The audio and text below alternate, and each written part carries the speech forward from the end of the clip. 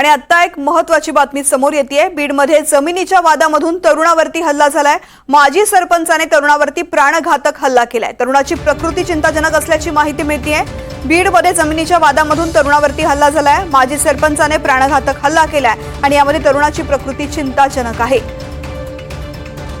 आकाश सावंत या संदर्भातली माहिती देत आहेत। आकाश, काय घडलं नेमकं?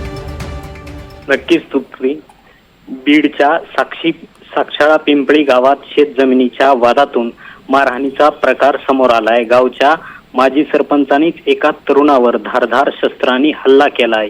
या हल्ल्यात तरुण गंभीर जखमी झाला आहे। सध्या त्याच्यावर बीडच्या खासगी रुग्णालयात उपचार सुरू आहेत।